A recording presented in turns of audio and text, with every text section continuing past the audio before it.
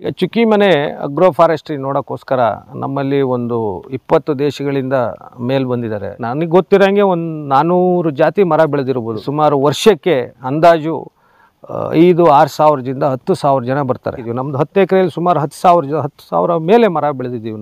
ನಾವು variety of ಮರಗಳು ಬೆಳೆದಿದ್ದೀವಿ. ಕಾಡು ಮರಗಳು, ಹಣ್ಣು ಬಿಡ್ತಕ್ಕಂಥ ಮರಗಳು, ಹೂ ಬಿಡ್ತಕ್ಕಂಥ ಮರಗಳು. ನಮಸ್ತೆ, ನಾನು ಸಂಜಯ್ ಶಂಕರಪ್ಪ ಅಂತ. ಇವತ್ತು ನಮ್ಮ ಚುಕ್ಕಿಮನೆ ಎಕ್ಸ್ಪೀರಿಯನ್ಷಿಯಲ್ ಟೂರಿಸಮ್ ಒಂದು ಏನಿದೆ, ಒಂದು ಫೆಸಿಲಿಟಿಗೆ ನಾವು ತಮ್ಮನ್ನೆಲ್ಲ ವೆಲ್ಕಮ್ ಮಾಡ್ತೀನಿ ಈ ಚಾನಲ್ ಮುಖಾಂತರ. ಒಂದು ಕನಸಿತ್ತು ನನ್ನಲ್ಲಿ. ಏನು ಒಂದು ಕನಸು ಅಂದರೆ, ವಿ ಹ್ಯಾಡ್ ಎ ಡ್ರೀಮ್. ಏನು ನಮ್ಮ ಡ್ರೀಮ್ ಅಂದರೆ, ಈ ಥರ ಒಂದು ಅಗ್ರೋ ಫಾರೆಸ್ಟ್ರಿ ಫೆಸಿಲಿಟಿ ಕಟ್ಟಬೇಕು. ಒಂದು ಕಾಡು ಬೆಳೆಸಿದ್ವಿ. ಈ ಕಾಡು ಏನಕ್ಕೆ ಅಂದರೆ, ಕಾಡಿದ್ದರೆ ಮನುಷ್ಯ ಅನ್ನೋದು ಇಲ್ಲ ಪರಿಸರ ಅನ್ನೋದು ಎಲ್ಲರಿಗೂ ಗೊತ್ತಿರೋ ವಿಚಾರ.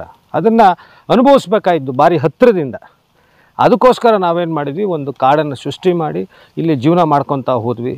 ಸೊ ಅದಕ್ಕೆ ನಾವು ಅನುಭವಿಸೋಕ್ಕೆ ಶುರು ಮಾಡಿದ ಮೇಲೆ ನಮಗೇನು ಅನ್ನಿಸ್ತು, ಇಲ್ಲೇ ಒಂದು ಹೊಸ ಥರ ಒಂದು ಹುಟ್ಕೋತು. ಏನು ಅಂದರೆ, ಈ ಜಾಗದಲ್ಲಿ ಸುತ್ತಮುತ್ತ ಎಲ್ಲ ತುಂಬ ನೋಡ್ತಕ್ಕಂಥ ವಿಶೇಷವಾದಂಥ ಸ್ಥಳಗಳಿದ್ದಾವೆ. ಆಮೇಲೆ ಸ್ಥಳ ಪುರಾಣಗಳಿದ್ದಾವೆ. ಆಮೇಲೆ ಸುಮಾರು ವಿಶೇಷವಾದ ಪಕ್ಷಿಗಳಿದ್ದಾವೆ. ಆಮೇಲೆ ಜೀವಕೋಶಗಳಿದ್ದಾವೆ. ಅದೆಲ್ಲದಕ್ಕಿಂತ ಹೆಚ್ಚಾಗಿ ಮನುಷ್ಯ ಒಳ್ಳೆ ಸಿವಿಲೈಸೇಷನ್ ಅಂದರೆ ಒಳ್ಳೆ ಸಮಾಜವನ್ನು ಕಟ್ಟಿದ್ದಾನೆ ಇಲ್ಲಿ. ಇವೆಲ್ಲವನ್ನು ಸೇರಿಸಿ ನಾವು ಯಾಕೆ ಒಂದು ಎಕ್ಸ್ಪೀರಿಯನ್ಷಿಯಲ್ ಟೂರಿಸಮ್ ಮಾಡಬಾರ್ದು ಅಂತ ಅನ್ನಿಸ್ತು. ಏಕೆಂದರೆ ಇವತ್ತು ಟೂರಿಸಮ್ ಅನ್ನೋದು ತುಂಬ ದಿಕ್ತಪ್ತಾ ಇದೆ. ಇವಾಗ ಟೂರಿಸಮ್ ಅಂದರೆ ಏನು, ಯಾವುದೋ ಒಂದು ಜಾಗಕ್ಕೆ ಹೋಗೋದು, ಪೂರಾ ಇಂಟಾಕ್ಸಿಕೇಷನ್ ಮಾಡ್ಕೊಳೋದೇ ಟೂರಿಸಮ್ ಅಲ್ಲ. ನೀವು ಟೂರಿಸಮ್ ಅಂದರೆ ಆ ಜಾಗಕ್ಕೆ ಹೋಗಬೇಕು, ಆ ಜಾಗದ ವಿಶೇಷತೆ ಏನಿರಬೇಕು, ಆ ಜಾಗದಲ್ಲಿ ಬೆಳೀತಕ್ಕಂಥ ಮರಗಿಡಗಳನ್ನ ತಿಳ್ಕೊಬೇಕು, ಆ ಜಾಗದಲ್ಲಿ ಇರ್ತಕ್ಕಂಥ ಜೀವಕೋಶಗಳ ಬಗ್ಗೆ ತಿಳ್ಕೊಬೇಕು, ಆ ಜಾಗದಲ್ಲಿ ಇರ್ತಕ್ಕಂಥ ಊಟ ತಿಂಡಿಗಳ ಬಗ್ಗೆ ತಿಳ್ಕೊಬೇಕು, ಆ ಜಾಗದ ಜನ ಹೆಂಗೆ ಜೀವನ ಮಾಡ್ತಾಯಿದ್ದಾರೆ, ಅವರ ಒಂದು ಎಕನಾಮಿಕ್ ಆ್ಯಕ್ಟಿವಿಟಿ ಏನು ಅಂದರೆ ಏನು ಕೆಲಸ ಮಾಡ್ತಾರೆ, ಹೆಂಗೆ ಜೀವನ ಮಾಡ್ತಾಯಿದ್ದಾರೆ, ಅಲ್ಲಿ ಎಜುಕೇಷನ್ ಸಿಸ್ಟಮ್ ಹೆಂಗಿದೆ, ಅಲ್ಲಿನ ಪದ್ಧತಿಗಳೇನಿದೆ, ಅಲ್ಲಿನ ಡಿಫ್ರೆಂಟ್ ಟೈಪ್ ಆಫ್ ಕಲ್ಚರ್ಸ್ ಹೆಂಗಿದೆ. ಸೊ ಅದನ್ನೆಲ್ಲ ತಿಳ್ಕೋಬೇಕು. ಅದನ್ನು ನಾವು ಎಕ್ಸ್ಪೀರಿಯನ್ಷಿಯಲ್ ಟೂರಿಸಮ್ ಅಂತ ಕರೆಯೋದು. ಇದು ನನ್ನೊಂದು ಕನಸಿದು. ಈ ಕನಸನ್ನು ನನಸೋಕ್ಕೋಸ್ಕರ ಏನಾಯಿತು, ಫಸ್ಟು ಮರ ಗಿಡಗಳು ಮಾಡಿದೆ, ಜೊತೆಗೆ ನಾನು ಈ ಹಳ್ಳಿ ಜೀವನದ ಜೊತೆ ಅನುಭವಿಸಿದ್ದನ್ನು ನಾವು ಒಂದು ಎಕ್ಸ್ಪೀರಿಯನ್ಷಿಯಲ್ ಟೂರಿಸಮ್ ಅಂತ ಒಂದು ಸ್ಟೋರಿ ಬರೆದು, ಆ ಸ್ಟೋರಿನ ನಾನು ಇವತ್ತು ಅರ್ಬನ್ ಸಿಟಿಸನ್ಸಿಗೆ ತೋರಿಸ್ಕೊಡ್ತಾ ಇದ್ದೀವಿ. ಇದರಿಂದ ಏನಾಗ್ತಾಯಿದೆ ನಮಗೆ ಅಂದರೆ, ನಾವು ಇದು 2013ನೇ ಇಸ್ವಿಲಿ ತೊಗೊಂಡಾಗ ಬ್ಯಾರನ್ ಲ್ಯಾಂಡ್ ಆಗಿತ್ತು. ಅದನ್ನು ನಾವು ಕನ್ವರ್ಟೆಡ್ ಫಾರೆಸ್ಟ್ ಮಾಡಿದ್ವಿ. ಸೊ ಒಂದು 4-5 ವರ್ಷ ಆದಮೇಲೆ ನಮಗೇನು ಅನ್ನಿಸ್ತು, ಇದನ್ನು ಪಬ್ಲಿಕ್ಕಿಗೆ ಓಪನ್ ಮಾಡಬೇಕು. ಸೊ ನಾನು ಹೇಳ್ಕೊಂಡಿದ್ದೀನಿ ಕೆಲವೆಲ್ಲ, ಯಾವ ಥರ ನಾವು ಶುರು ಮಾಡಿದ್ವಿ, ಎಂಥ ಬಿಲ್ಡಿಂಗ್ಸ್ ಕಟ್ಟಿದ್ವಿ, ಏನೇನು ಮಾಡಿದ್ವಿ ಅಂತ. ಇದ್ರ ಜೊತೆಗೆ ನಾವೇನು ಮಾಡಿದ್ವಿ, ಹಳ್ಳಿ ಜೀವನ ಅಂದರೆ ಬೆಳಿಗ್ಗೆ 4 ಗಂಟೆಗೆ ಎದ್ದು ಹಸು ಹಾಲು ಕರಿಯೋದ್ರಿಂದ ಹಿಡಿದು, ಹಸು ಡೈರಿಗೆ ಹಾಲು ಹೋಗೋದ್ರಿಂದ ಹಿಡಿದು, ಮೇಕೆಗಳಿಗೆ ಹುಲ್ಲು ಹಾಕೋದು, ದನಕ್ಕೆ ಹುಲ್ಲು ಹಾಕೋದು, ವ್ಯವಸಾಯ ಮಾಡೋದು, ಆಮೇಲೆ ಮಧ್ಯಾಹ್ನ ಕೂತ್ಕೊಂಡು ಅವರು ಒಬ್ರಿಗೊಬ್ಬರು ಡಿಸ್ಕಸ್ ಮಾಡೋದು, ಚರ್ಚೆ ಮಾಡೋದು, ಪಂಚಾಯಿತಿಯಿಂದ ಹಿಡಿದು ಎತ್ತಿನ ಗಾಡೀಲಿ ಓಡಾಡೋದು. ಅದಲ್ದಲೇ ನಾವು ಸಾಯಂಕಾಲ ಟೈಮಲ್ಲಿ ಹಳ್ಳಿಗಳಲ್ಲಿ ಕೂತ್ಕೊಂಡು ಚರ್ಚೆ ಮಾಡೋದು, ಅರಳಿಕಟ್ಟೆ ಮೇಲೆ ಏನೇನು ಆಗ್ತಾಯಿದೆ ಸಮಾಜದಲ್ಲಿ, ಏನೇನು ಮಾಡೋದು ಅಂತ. ಸಂತೆಗಳು ನಡೆಯೋದು, ಕೆಲವು ಬೇರೆ ಥರ ವ್ಯಾಪಾರಗಳು ನಡೆಯೋದು, ಪ್ರತಿಯೊಂದೂ ಇಲ್ಲಿ ನಾವು ಜನರಿಗೆ ತೋರಿಸ್ಕೊಡ್ತೀವಿ ಬಂದು ಅರ್ಬನ್ ಸಿಟಿಸನ್ಸ್. ಇವ್ರಿಗೇನು ಅನಿಸುತ್ತೆ, ಇವತ್ತು ಬೆಂಗಳೂರು ಆಮೇಲೆ ಬೇರೆ ಕಡೆಯಿಂದ ಬಂದಂಥ ಜನಗಳಿಗೆ ಅವ್ರಿಗೇನು, ಅವ್ರ ಮನೆ, ಅವ್ರ ಕೆಲಸ ಆಯಿತು, ಅವ್ರ ಆಫೀಸ್ ಆಯಿತು, ಇಲ್ಲ ಕೆಲವು ತಾಣಗಳಾಯಿತು. ಇಲ್ಲ ಹಂಗಲ್ಲ, ಇದೊಂಥರ ಕಂಪ್ಲೀಟು ಒಂದು ಫಿಲಿಮ್ ಸ್ಟುಡಿಯೋ ಸೆಟಪ್ ಮಾಡಿಟ್ಟಂಗೆ. ಎಲ್ಲರೂ ಅವ್ರವ್ರ ನ್ಯಾಚುರಲ್ ಡ್ರೆಸ್ಸಲ್ಲೇ ಇರ್ತಾರೆ. ಯಾರೂ ಇಲ್ಲಿ ಕಾಸ್ಮೆಟಿಕ್ ಡ್ರೆಸ್ಸು ಇಲ್ಲ ಹೋಗಲಿ ಏನಾರು ಆ್ಯಕ್ಟಿಂಗ್ ಮಾಡಲ್ಲ. ಎಲ್ಲ ಅವ್ರವ್ರು ಏನೇನು ಕೆಲಸ ಮಾಡ್ತಾರೆ ಅದನ್ನು ತೋರಿಸ್ತಾರೆ. ಅದರಿಂದ ಏನಾಗುತ್ತೆ, ಎಕ್ಸ್ಪೀರಿಯನ್ಷಿಯಲ್ ಟೂರಿಸಮಲ್ಲಿ ಒಂದು ಅವ್ರಿಗೆ ಗೌರವ ಸಿಕ್ತಂಗೆ ಅನಿಸುತ್ತೆ. ನೋಡಪ್ಪ, ಸಿಟಿ ಜನ ನಾವು ಇಷ್ಟೆಲ್ಲ ವ್ಯವಸಾಯ ಮಾಡಿಕೊಡ್ತೀವಿ, ನಮ್ಮನ್ನು ಬಂದು ಮಾತಾಡಿಸ್ತಾರೆ, ನಮ್ಮನ್ನು ಬಂದು ಗೌರವ ಮಾಡ್ತಾರೆ. ಆಮೇಲೆ ಕೆಲವು ಸಲ ಏನಾಗ್ತದೆ, ಇತ್ತೀಚಿನ ದಿನಗಳಲ್ಲಿ ಅವ್ರು ಬೆಳೆದಿರೋ ಪದಾರ್ಥ ನಮ್ಮವ್ರು ತಗೊಂಡು ಹೋಗ್ತಾವ್ರೆ. ಇದು ಹೆಂಗಾಯಿತು ಅಂದರೆ, ಎಕ್ಸ್ಪೀರಿಯನ್ಷಿಯಲ್ ಟೂರಿಸಮ್ ಹೋಗ್ಬಿಟ್ಟು ಕಮ್ಯುನಿಟಿ ಟೂರಿಸಮ್ ಆಯ್ತಾ ಇದೆ ಇವತ್ತು. ಈ ನಮ್ಮಲ್ಲಿ ಆಲೆ ಮನೆ ಮಾಡಿದ್ದಾರೆ, ಯಾರೋ ಒಬ್ಬರು ಹೋಗಿ ಆರ್ಗ್ಯಾನಿಕ್ ಬೆಲ್ಲ ತಗೋತಾರೆ. ನಮ್ಮಲ್ಲಿ ಶನಿವಾರ ಇವತ್ತು ಸಂತೆ ಇರುತ್ತೆ, ಒಳ್ಳೆ ಫ್ರೆಶ್ ವೆಜಿಟೇಬಲ್ಸ್ ತಂದಿರ್ತಾರೆ, ಎಲ್ಲ ತಗೊಂಡು ಹೋಗ್ತಾರೆ. ನಾವೇನು ಹೊಸ ಸಂತೆ ಕ್ರಿಯೇಟ್ ಮಾಡೋದು ಬೇಕಾಗಿಲ್ಲ. ಆಮೇಲೆ ನಾವೇನು ಹೊಸ ಒಂದು ಜಾಗಗಳನ್ನ ಕ್ರಿಯೇಟ್ ಮಾಡೋ ಅವಶ್ಯಕತೆ ಇಲ್ಲ. ಎಲ್ಲ ನಾವು ಒಂದು ಕ್ರಿಯೇಟ್ ಮಾಡಿದ್ದೀವಿ, ಅದ್ರ ಪ್ರಕಾರವಾಗಿ ಎಲ್ಲ ನಡ್ಕೊಂಡು ಹೋಗ್ತಾ ಇದೆ. ಸೊ ಇದನ್ನು ನಾವು ಹೆಂಗೆ ಹೇಳಬೇಕು ಅಂದರೆ, ಒಂದು experiential tourism with lot of responsibility towards the complete community of urban citizens and rural citizens. ಇಲ್ಲಿ ಅರ್ಬನ್ ಸಿಟಿಸನ್ಸಿಗೆ ಮಕ್ಕಳಿಗೆಲ್ಲ ಏನನ್ಸುತ್ತೆ, ಓ ನಾವಿಲ್ಲಿ ಬಂದಿದ್ದೀವಿ, ನಮಗೆ ಅನ್ನದಾತ್ರೆ ಯಾರು ಅನ್ನೋದು ಒಂದು ಗೊತ್ತಾಗುತ್ತೆ. ರೂರಲ್ ಸಿಟಿಸನ್ಸಿಗೆ ಓ ನಮಗೆ ಇಷ್ಟು ಗೌರವ ಸಿಗ್ತಾ ಇದೆಯಾ, ಏಕೆಂದರೆ ಕೆಲವರೆಲ್ಲ ಹೇಳ್ಕೊತಾ ಇರ್ತಾರೆ agriculture is a novel profession but it is not respected very well in the market ಅಂತಾರೆ. ಬಟ್ ಇವತ್ತು that is going to be not only a novel, it is a most respected culture in our country ಅಂತ ಹೇಳೋಕ್ಕೆ ಇಷ್ಟಪಡ್ತೀನಿ. ಏಕೆಂದರೆ ಮಹಾತ್ಮ ಗಾಂಧಿಯವರು ಹೇಳ್ದಂಗೆ the soul of India lies in the villages ಅಂತ ಹೇಳ್ತಾರೆ. ಹಂಗೆ ನಮ್ಮ ದೇಶ ಇರೋದೇ ನಮ್ಮ ಹಳ್ಳಿಗಳಲ್ಲಿ ಅಂತ ಹೇಳೋಕ್ಕೆ ಇಷ್ಟಪಡ್ತೀನಿ. ಸೊ ನೀವು ಬರ್ಬೋದು, ನಾವು ನಮ್ಮ ರೆಸ್ಪಾನ್ಸಿಬಲ್ ಟೂರಿಸಮ್ ಬಗ್ಗೆ ನೋಡೋದಾದರೆ ನಾವು ಎಲ್ಲ ತೋರಿಸ್ತೀವಿ ನಿಮಗೆ. ನಮ್ಮದು 2 ಥರ ಪ್ರೋಗ್ರಾಮ್ ಇದೆ. ಡೇ ಟ್ರಿಪ್ ಅಂತ ಇದೆ, ಬೆಳಿಗ್ಗೆ ಬಂದು ಸಾಯಂಕಾಲ ಬರೋದು. ಆಮೇಲೆ ಓವರ್ ನೈಟ್ ಸ್ಟೇ ಅಂದರೆ 12 ಗಂಟೆಯಿಂದ ಮಾರನೇ ದಿವಸ 11 ಗಂಟೆವರೆಗೆ ನಾವು ಐಟಿನರಿನ ನೀಟಾಗಿ ಡಿಸೈನ್ ಮಾಡಿದ್ದೀವಿ. ಬರ್ತಿದ್ದಂಗೆ ನಾವು ನಮ್ಮ ಚುಕ್ಕಿಮನೆ ಸಂಪ್ರದಾಯದ ಬಗ್ಗೆ ಒಂದು ಇಂಟ್ರಡಕ್ಷನ್ ಕೊಡ್ತೀವಿ. ಆಮೇಲೆ ನಮ್ಮ ಅಗ್ರೋ ಫಾರೆಸ್ಟ್ರಿ ಆ್ಯಕ್ಟಿವಿಟೀಸ್ ಮಾಡಿಸ್ತೀವಿ. ಬುಲೆಟ್ ಕಾರ್ಟ್ ಸಫಾರಿಲಿ ರೈತರುಗಳ ಹತ್ರ ಕರ್ಕೊಂಡೋಗಿ ಮಾತಾಡಿಸ್ತೀವಿ. ಅವರ ಆಹಾರ ಧಾನ್ಯಗಳನ್ನ ತೊಗೋಬೋದು, ಇಲ್ಲ ಅವ್ರ ಜೊತೆ ಡಿಸ್ಕಸ್ ಮಾಡ್ಬೋದು ಹೆಂಗೆ ಅಂತ. ವಾಪಸ್ ಬಂದು ನಾವು ಇಲ್ಲಿ ಅವ್ರಿಗೆ ರೆಸ್ಟ್ ಮಾಡೋಕ್ಕೆ ಬಿಡ್ತೀವಿ. ಬಟ್ ನಮ್ಮಲ್ಲಿ ಒಂದು ಪ್ರಾಕ್ಟೀಸ್ ಇದೆ, ವೆಜಿಟೇರಿಯನ್ ಫುಡ್ ಅಂದ್ಬಿಟ್ಟು. ನಾವು ಪ್ಯೂರ್ ವೆಜಿಟೇರಿಯನ್ ಫುಡ್ಡು. ನಮ್ಮಲ್ಲಿ ಏನೇನು ಪ್ರತಿಯೊಂದು ಆಹಾರ ಧಾನ್ಯ ನಾವೇ ಬೆಳ್ಕೊತೀವಿ ರೈತರ ಸಹಾಯದಿಂದ, ಆಯಿತಾ. ಅದನ್ನು ಉಪಯೋಗಿಸಿ ಸೌದೆ ಒಲೆಯಲ್ಲಿ ಅಡುಗೆ ಮಾಡಿ ಒಳ್ಳೆ ವಿಶೇಷವಾದ ಊಟಗಳನ್ನ ಕೊಡ್ತೀವಿ ಅವರಿಗೆ. ಮಧ್ಯಾಹ್ನ ಊಟ, ಸಾಯಂಕಾಲ snacks, coffee tea, night dinner, ಬೆಳಿಗ್ಗೆ ಬ್ರೇಕ್ಫಾಸ್ಟು ಇವೆಲ್ಲ ಇನ್ಕ್ಲೂಡ್ ಇರುತ್ತೆ ನೈಟ್ ಸ್ಟೇ ಆದರೆ. ಡೇ ಟ್ರಿಪ್ ಆದರೆ 8:00 ಬಂದರೆ ತಿಂಡಿ, ಮಧ್ಯಾಹ್ನ ಊಟ, ಸಾಯಂಕಾಲ ಕಾಫಿ ಟೀ ಸ್ನ್ಯಾಕ್ಸಲ್ಲಿ ಚೆಕ್ಔಟ್ ಆಗ್ಬೋದು. ಸೊ ಈ ಥರ 2 ಕಾರ್ಯಕ್ರಮಗಳು ಮಾಡ್ತಾಯಿದ್ದೀವಿ. ಇತ್ತೀಚಿನ ದಿನಗಳಲ್ಲಿ ಸ್ಕೂಲ್ ಮಕ್ಕಳು ಬರ್ತಾಯಿದ್ದಾರೆ. ಆಮೇಲೆ ದೊಡ್ಡ ಮಕ್ಕಳು, ಕಾಲೇಜ್ ಅಂತ ಮಕ್ಕಳು ವಾರಗಟ್ಟಲೆ ಇದ್ದು ನಮ್ಮಲ್ಲಿ ಈ ಒಂದು ಎಕ್ಸ್ಪೀರಿಯೆನ್ಷಿಯಲ್ ಟೂರಿಸಮನ್ನು ಅನುಭವಿಸ್ಕೊಂಡು ಹೋಗ್ತಾ ಇದ್ದಾರೆ ತುಂಬ ಡಿಟೈಲಾಗಿ. ಅದಲ್ಲದೇ ಹಿರಿಯರು ಬಂದು ವಾರಗಟ್ಟಲೆ ಇರ್ತಾಯಿದ್ದಾರೆ. ಒಳ್ಳೆಯ ಆರೋಗ್ಯ, ಒಳ್ಳೆಯ ಗಾಳಿ ಬೆಳಕು, ಆಮೇಲೆ ನದಿ ತೀರ, ಆಮೇಲೆ ನಮ್ಮ ವಾಟರ್ ಫಾಲ್ಸ್ ನೋಡೋದಕ್ಕೆಲ್ಲ ಈ ಥರ ವಿಧ. ಆಮೇಲೆ ಇತ್ತೀಚಿನ ದಿನಗಳು ಎಕ್ಸ್ಪ್ಯಾಟ್ಸು ಜಾಸ್ತಿ ಆಗಿದ್ದಾರೆ. ಹೊರಗಡೆ ದೇಶದವ್ರು ಬಂದು ನಮ್ಮ ಹಳೆ ಮೈಸೂರನ್ನು ನೋಡೋಕ್ಕೆ ಒಂದು ಒಳ್ಳೆ ಅವಕಾಶ ಇದೆ. ಇಲ್ಲಿ ಎಲ್ಲ ಥರ ಇದೆ. ಇಲ್ಲಿ ನಿಮ್ಮಲ್ಲಿ ಹಳ್ಳಿ ಜೀವನ, ತೊಟ್ಟಿ ಮನೆ, ಆಮೇಲೆ ಗೌಡ್ರು ಮನೆ, ಆಮೇಲೆ ಇವನ್ ಬಡವರು ಅಂದರೆ ಈ ಕುರಿ ಕಾಯೋರ ಮನೆ ಆಗಿರ್ಬೋದು, ಹಸು ಸಾಕೋರ ಮನೆ ಆಗಿರ್ಬೋದು, ಇಲ್ಲ ಆಲೆ ಮನೆಗಳಾಗಿರ್ಬೋದು, ಇಲ್ಲ ಕೆಲವರು ಮಡಿಕೆ ಮಾಡೋರ ಮನೆ ಆಗಿರ್ಬೋದು, ಕೆಲವರು ಸುಣ್ಣ ಬೇಯಿಸೋರ ಮನೆ ಆಗಿರ್ಬೋದು. ಹೀಗೆ ಒಬ್ಬೊಬ್ಬರು ಏನು ಅವ್ರ ಕಾಯಕ ಮೇಲಿದೆ ಅದು ಅಂಥವ್ರ ಜನಗಳನ್ನ ನಾವು ತೋರ್ಸೋಕ್ಕೆ ಇಲ್ಲಿ ಒಂದು ಅನುಕೂಲ ಆಗಿದೆ. ಸೊ ಪ್ಲಸ್ ಉಳ್ಕೊಳಕ್ಕೆ ಒಳ್ಳೆ ಏನಂತ ಕಂಫರ್ಟಬಲ್ ಸ್ಟೇ ಫೆಸಿಲಿಟೀಸ್ನು ಮಾಡಿದ್ದೀವಿ. ಈ ಕಡೆ ತಿರುಗಿಸಿ ನೋಡಿದರೆ ನಮ್ಮ ಕಾಟೇಜ್ಗಳು ಕಾಣ್ತವೆ. ಸೊ ಆ ಕಡೆ ಕೆಲವು ಸಸ್ಟೈನಬಲ್ ಹೌಸಸ್ಸು, ಕಾಟೇಜ್ಗಳು ಕಟ್ಟಿದ್ದೀವಿ. ಅದಲ್ಲದೇ ಒಳ್ಳೆ ಊಟ ಮಾಡೋಕ್ಕೆ ಜಾಗ ಇದೆ. ಆಮೇಲೆ ಕುತ್ಕೊಂಡು ಮಕ್ಕಳಿಗೆ ಆಟ ಆಡೋಕ್ಕೆ ಜಾಗ ಇದೆ, ಓಡಾಡೋಕ್ಕೆ ಜಾಗ ಇದೆ. ಅದೆಲ್ಲವೇ ವಿಶೇಷವಾಗಿ ಸೈಕಲಿಂಗ್ ಹೊಡಿಬೋದು. ನಮ್ಮಲ್ಲಿ ಸೈಕಲ್ಗಳು ಇಟ್ಟಿದ್ದೀವಿ ನಾವು. ಸೊ ನೀವು ಹಳ್ಳಿಗಳಿಗೆ ಹೋಗ್ಬಿಟ್ಟು ಬರ್ಬೋದು ಸೈಕಲಲ್ಲಿ. ಈಗ ಚುಕ್ಕಿಮನೆ ಅಗ್ರೋ ಫಾರೆಸ್ಟ್ರಿ ನೋಡೋಕ್ಕೋಸ್ಕರ ನಮ್ಮಲ್ಲಿ ಒಂದು 20 ದೇಶಗಳಿಂದ ಮೇಲೆ ಬಂದಿದ್ದಾರೆ.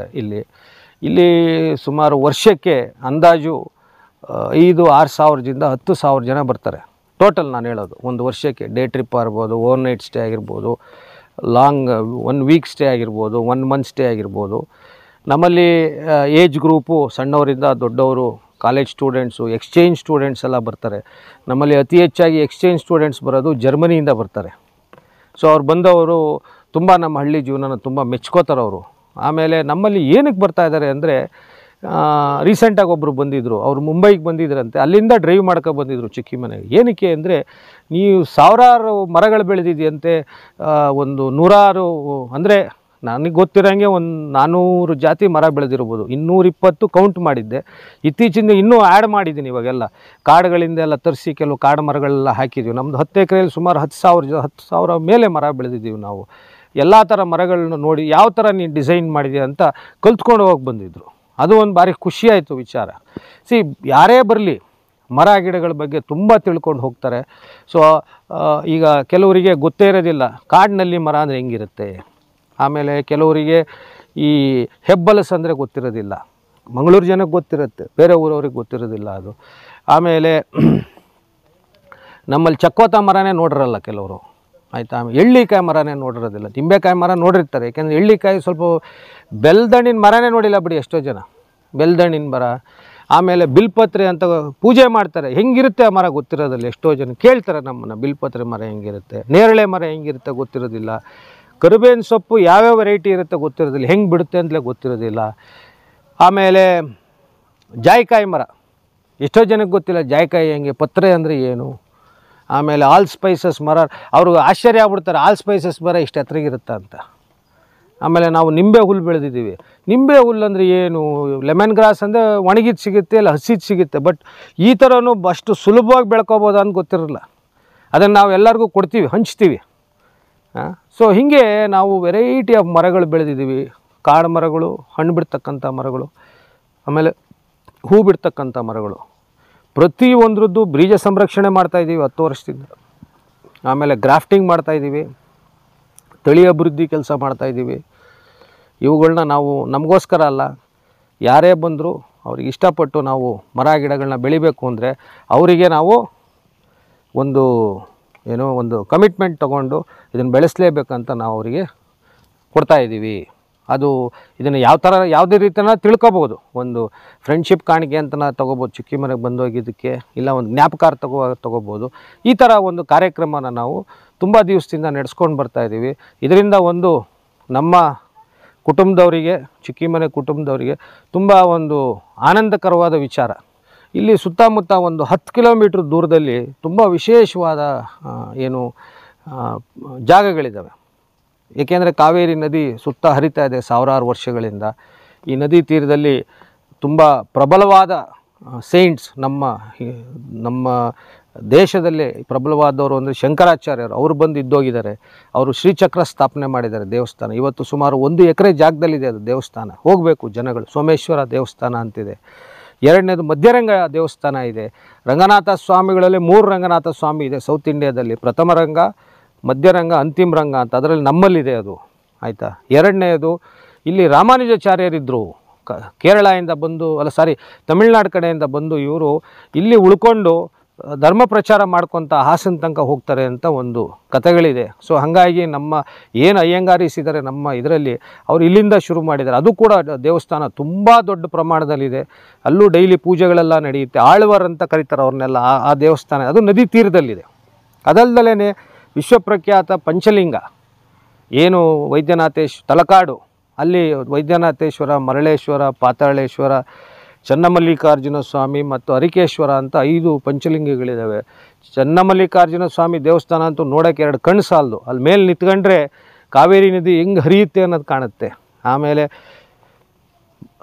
ಎಲ್ಲದಕ್ಕಿಂತ ವಿಶೇಷ ಅಂದರೆ ಆಧುನಿಕ ಕಾಲಕ್ಕೆ ಹೇಳಬೇಕು ಅಂದರೆ ಈ ಜಾಗದಲ್ಲಿ ಸರ್ ಎಂ ವಿಶ್ವೇಶ್ವರಯ್ಯನವರು, ದಿವಾನ್ ಶೇಷಾದ್ರಿಯವರು, ಬ್ರಿಟಿಷ್ನವರು ಎಲ್ಲ ಸೇರಿ ಏಷ್ಯಾದ ಪ್ರಥಮ power generation, hydro electric power generation unit ಇದೆ ಇಲ್ಲಿ. ಸೊ ಪ್ರತಿಯೊಬ್ಬರು ನೋಡಬೇಕಾದ ವಿಚಾರ. ಏಕೆಂದರೆ ಎಷ್ಟೋ ಜನಕ್ಕೆ ಗೊತ್ತಿಲ್ಲ, ಎಲ್ಲ ನಮ್ಮ ಏಷ್ಯಾದಲ್ಲೇ ಕತ್ಲಿರಬೇಕಾದ್ರೆ ಈ ಜಾಗದಲ್ಲಿ ಬೆಳಕು ಬಂದಿದ್ದು. ಇದು ಮೈಸೂರು ಮಹಾರಾಜರ ಕೊಡುಗೆ. ಇದನ್ನು ನಾನು ಹೇಳೋಕ್ಕೆ ಇಷ್ಟಪಡ್ತೀನಿ. ಸರ್ ಎಂ ವಿಶ್ವೇಶ್ವರಯ್ಯನವರು ಬೆಳಕು ಕೊಟ್ಟಿದ್ದಲ್ಲದೇ ನಮ್ಮ ಈ ಊರಿಗೆ ಬೆಳಕವಾಡಿ ಅಂತಲೇ ಹೆಸರಿಟ್ರು. ಹೆಸರೇ ಚೇಂಜ್ ಮಾಡಿದ್ರು ಅದನ್ನು. ಬೆಂಕಿಪುರ ಅಂತೇನೋ ಇದ್ದಿದ್ದು ಈಗ ಬೆಳಕವಾಡಿ ಅಂತ ಆಗಿದೆ. ಆಮೇಲೆ ಈ ಜಾಗದಲ್ಲಿ ಬೆಂಗಳೂರಿಗೆ ಕುಡಿಯೋ ನೀರು ಇವತ್ತು ಕೂಡ 100 ವರ್ಷದ ಮೇಲಾಗಿದೆ. ಡೈಲಿ ನೀರು ಕುಡಿಯೋಕ್ಕೆ ಹೋಗೋದು ಬೆಂಗಳೂರಿಗೆ ಇದೇ ಜಾಗದಿಂದ. ಅದು ಒಂದು ವಿಶೇಷವಾದ ಟೆಕ್ನಿಕ್ಕಿಂದ ಮಾಡಿದ್ದಾರೆ ವಿಶ್ವೇಶ್ವರಯ್ಯನವರು ಆವತ್ತಿನ ಕಾಲದಲ್ಲಿ. ಸೊ ಹೀಗೆ ಅದಲ್ಲದೇ ನಾವು ಇನ್ನೊಂದು ಹೆಮ್ಮೆ ಜಾಗ ಇದು ಅಂತ ಹೇಳಿದರೆ, ಬೆಂಗಳೂರಿಗೆ ಅದು ಎಷ್ಟೋ ಪರ್ಸೆಂಟೇಜು ವೆಜಿಟೇಬಲ್ಸ್ ಇಲ್ಲಿಂದಲೇ ಹೋಗೋದು, ಎಷ್ಟೋ ಪರ್ಸೆಂಟೇಜು ಮಿಲ್ಕ್ ಪ್ರೊಡಕ್ಷನ್ ಇಲ್ಲಿಂದನೇ ಹೋಗೋದು, ಎಷ್ಟೋ ಪರ್ಸೆಂಟೇಜು ಮಂಡ್ಯ ಡಿಸ್ಟಿಕ್ ಆಗಿರೋದ್ರಿಂದ ನಮ್ಮದು ಸಕ್ಕರೆ ನಾಡಂತ ಪ್ರಪಂಚಕ್ಕೆ ಗೊತ್ತಿರೋದು.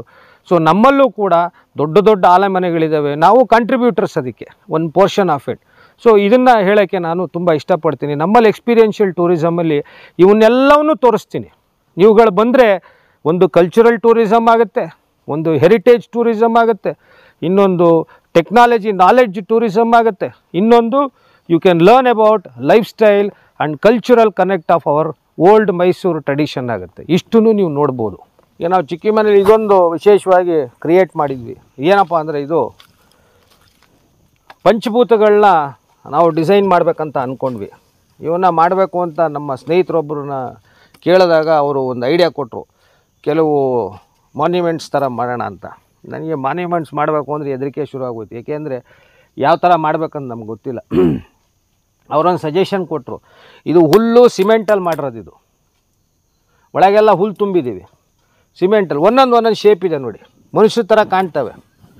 ಸೊ ಇದನ್ನು ನೀವು ಕೂಡ ಕ್ರಿಯೇಟ್ ಮಾಡ್ಕೋಬೋದು ಯಾರು ಬೇಕಾದರೂ. ಬಟ್ ಆದರೆ ಒಂದು ವಿಶೇಷ ಏನು ಅಂದರೆ, ಪಂಚಭೂತಗಳು ಯಾಕೆ ಕ್ರಿಯೇಟ್ ಮಾಡಿದ್ವಿ ಅಂದರೆ, ನಮ್ಮ ಇಡೀ ಪರಿಸರ, ಈ ಪ್ರಪಂಚ ನಿಂತಿರೋದೇ ಈ ಪಂಚಭೂತಗಳ ಮೇಲೆ, ಈ ಜೀವಕೋಶಗಳು ಪ್ರತಿಯೊಂದು. ಅದಕ್ಕೋಸ್ಕರ ನಾವು ಆಕಾಶ, ಭೂಮಿ, ನೀರು, ವಾಯು, ಅಗ್ನಿ ಇವನ್ನ ಪಂಚಭೂತಗಳಾಗಿ ನಿಲ್ಲಿಸಿದ್ದೀವಿ ಚುಕ್ಕಿ ಮನೆ ಬರಬೇಕಾದ್ರೆ. ಏಕೆಂದರೆ ಇವುಗಳ ಮುಂದೆ ನಾವು ಕೈ ಮುಗಿದು ಆಶೀರ್ವಾದ ಪಡ್ಕೊಂಡ್ರೆ ನಮ್ಮ ಪ್ರಕಾರ ಒಳ್ಳೆ ಆರೋಗ್ಯ ಸಿಗುತ್ತೆ, ಒಳ್ಳೆ ಸೌಭಾಗ್ಯ ಸಿಗುತ್ತೆ, ಒಳ್ಳೆ ಆರ್ಥಿಕತೆ ಸಿಗುತ್ತೆ ಅಂತ ನಾನು ಹೇಳ್ತೀನಿ. ಇವು ನಮ್ಮ ಪಂಚಭೂತಗಳು. ಚುಕ್ಕಿ ಮನೆಗೆ ಬಂದಂಥ ಕೆಲವು ಅತಿಥಿಗಳಿದ್ದಾರೆ ನಮ್ಮಲ್ಲಿ. ಇವರು ಮಂಜಣ್ಣವರು, ಲೋಕಲಾಗಿ ಮಳವಳ್ಳಿಯಿಂದ ಬಂದಿರೋದು. ಅವರು ಗಣಪತಿ ಅಂತ ಬೆಂಗಳೂರಿಂದ ಬಂದಿದ್ದಾರೆ. ಅವ್ರು ಮೇಡಮ್ ಅವರು ಬೆಂಗಳೂರಿಂದ ಬಂದಿದ್ದಾರೆ. ಸೊ ನಾವು ಮೋಸ್ಟ್ಲಿ ಭಾರ್ಗವಿ ಮೇಡಮ್ ನಮ್ಮನ್ನು ಕಾಂಟ್ಯಾಕ್ಟ್ ಮಾಡಿದ್ರು. ಸೊ ನೀವು ಕೇಳಿದಾಗ ನಾನು ನಿಮಗೆ ಹೆಂಗೆ ಗೊತ್ತಾಯಿತು ಅಂದರೆ ಗೂಗಲಿಂದ ಅಂತೇನೋ ಹೇಳಿದ್ರಿ. ವೆಜಿಟೇರಿಯನ್ ರಿಸಾರ್ಟ್ ಅಂತ ವೆಜಿಟೇರಿಯನ್ ಕಾನ್ಸೆಪ್ಟ್ ಇರೋದ್ರಿಂದ ನಮಗೆ ತುಂಬ ಖುಷಿಯಾಗಿ ಬಂದಿರೋದು. ಸೊ ಅಲ್ಲಿಗೆ ಬಂದು ಕೇಳಿದಾಗಲೂ ಇಲ್ಲಿಗೆ ಬಂದ ಮೇಲೂ ತಮಗೆ ಏನು ಅನುಭವ ಆಗಿರ್ಬೋದು ಹೇಳ್ಬೋದು ಇದ್ರ ಬಗ್ಗೆ, ಉಳ್ಕೊಳೋ ಜಾಗ ಇಲ್ಲಿ ರಿಯಲಿ ನಮ್ಗೆ ಏನಂದ್ರೆ ಒಂಥರ ನೇಚರ್ ಇದರಲ್ಲಿ ಇರೋದ್ರಿಂದ ಒಂಥರ ಹಳ್ಳಿ ವಾತಾವರಣ ಎಲ್ಲ ಇದೆ. ಮತ್ತು ವೆದರು ಅಥವಾ ಫುಡ್ ಆಗಲಿ, ಫುಡ್ಡಲ್ಲೂ ಅಷ್ಟೇ ಎಲ್ಲ ಇವರು ಬೆಳೆದಿರೋ ಅಕ್ಕಿ ಅಥವಾ ಅದರ ಟೇಸ್ಟು, ನೀವು ಇವಾಗ ದುಡ್ಡು ಖರ್ಚು ಮಾಡೋದಕ್ಕಿಂತ ಅದರಲ್ಲಿ ನಿಮಗೆ ವಾಪಸ್ ನಾವು ಅದನ್ನು ಸ್ಯಾಟಿಸ್ಫ್ಯಾಕ್ಷನ್ ಹೇಗೆ ಸಿಗುತ್ತೆ ಅದು ಮುಖ್ಯ. ಸೊ ಇಲ್ಲಿ ನಮಗೆ ತುಂಬ ಇದಾಗಿದೆ. ಇವಾಗಿನ ಜನ್ರೇಷನ್ನಿಗೆ ಈ ಒಂದು ವಾತಾವರಣ ನಾವು ಪರಿಚಯ ಮಾಡಿಸೋದಕ್ಕೆ ಏನು ತೊಂದರೆ ಇಲ್ಲ, ಮಾಡಿಸ್ಬೋದು ಅಂತ ನನ್ನ ಒಂದು ಅನಿಸಿಕೆ. ಅಲ್ಲ, ತುಂಬಾ ಒಳ್ಳೇದಾಯ್ತು ಸರ್. ಇನ್ಫ್ಯಾಕ್ಟ್ ನನ್ನ ಹಸ್ಬೆಂಡ್ ನಾನು ಹೇಳ್ತಾ ಇದ್ದಾರೆ, ತವ್ರ ಮನೆ ಎಲ್ಲ ಹೇಳ್ತಾ ಇದೆ, ಇದೊಂದು ತವ್ರ ಮನೆ ತರ ಅನ್ಸ್ತಾ ಇದೆ ನನಗೆ, ಫೀಲ್ ಆಗ್ತಾ ಇದೆ. ಬಿಕಾಸ್ ನಾನು ಮ್ಯಾಂಗ್ಳೂರಿಯನ್ನು, ನನ್ನ ತವ್ರ ಮನೆ, ನಂಗೆ ಅಪ್ಪ ಅಮ್ಮ ಈಗ ಯಾರು ಇಲ್ಲ, ನನ್ನ ತವ್ರ ಮನೆ ಇದೇ ತರವೇ ಫೀಲಿಂಗ್ ಇತ್ತು. ಹೆಂಚಿನ ಮನೆಯಾಗೆ ಅಂದ್ರೆ ವರ್ಷಕ್ಕೊಂದ್ಸತಿ ಬರೋಣ, ಇದು ನನ್ನ ತವ್ರ ಮನೆ ಅಂತ ಆಗತ್ತೆ ನನಗೆ ಅಂತ, ಆ ತರ ಫೀಲಿಂಗ್ ಬಂತು. ಅಲ್ಲ, ನಿಮ್ಮ ಒಂದು ಭಾವನೆಗಳನ್ನ ನಾವು ತುಂಬಾ ಗೌರವಿಸ್ತೀವಿ. ಯಾಕೆಂದ್ರೆ ನಮಗೂ ಅನ್ನಿಸ್ತಾ ಇರ್ತದೆ, ಈಗ ಅಜ್ಜನ ಮನೆ ನಾವು ಉಳಿಸ್ಕೊಂಡಿದೀವಿ. ನಾವು ಒರಿಜಿನಲ್ ಜಾವಗಲ್ ಹಾಸನ್ ಡಿಸ್ಟ್ರಿಕ್ಟ್ ಅವರು, ನಮ್ಮ ಅಜ್ಜ ಹೆಂಗ್ ಕಟ್ಟಿದ್ ನಮ್ಮ ಮನೆ ಹಂಗೆ ಉಳಿಸ್ಕೊಂಡಿದ್ವಿ. ಎಲ್ಲರೂ ಬೈದ್ರು ಅದನ್ನು ಕೆಡವು ಕಟ್ಬಿಡಿ ಅಂತ, ಕೆಡೋದು 10 ನಿಮಿಷ, ಆದರೆ ಭಾವನೆಗಳಿಗೆ ಬೆಲೆ ಕಟ್ಟಕ್ಕಾಗುತ್ತೆ. ಹಾಗೆ ಈ ಮನೆನೂ ಕೂಡ ಅದೇ ವಿಶೇಷವಾಗಿ ಕಟ್ಟಿದ್ದೀನಿ. ಅವ್ರದ್ದೇ ಅಲ್ಲಿ ಫೋಟೋಗಳಿದೆ ಒಳಗಡೆ ನೋಡಿ, ನಮ್ಮ ಅಜ್ಜ ಕೆಲವೆಲ್ಲ ವಸ್ತುಗಳು ಅವ್ರು ಇಟ್ಟಿರೋದೇ ಇಟ್ಟಿದ್ದೀನಿ ನಾನು. ಆದರೆ ಕೆಲವು ಮಕ್ಕಳು ಮಡಿಕೆಯಲ್ಲಾಯ್ತು ಹೊಡೆದಾಕ್ಬಿಟ್ಟಿದ್ದಾರೆ. ನಮ್ಮ ಹುಡುಗರು ಬರ್ತಾರಲ್ಲ, ಕಾನ್ಸೆಪ್ಟ್ ಚೆನ್ನಾಗಿದೆ. ಸೊ ನೀವು ಬಂದಾಗ ಆ ಭಾವನೆಗಳು ಬರಲಿ.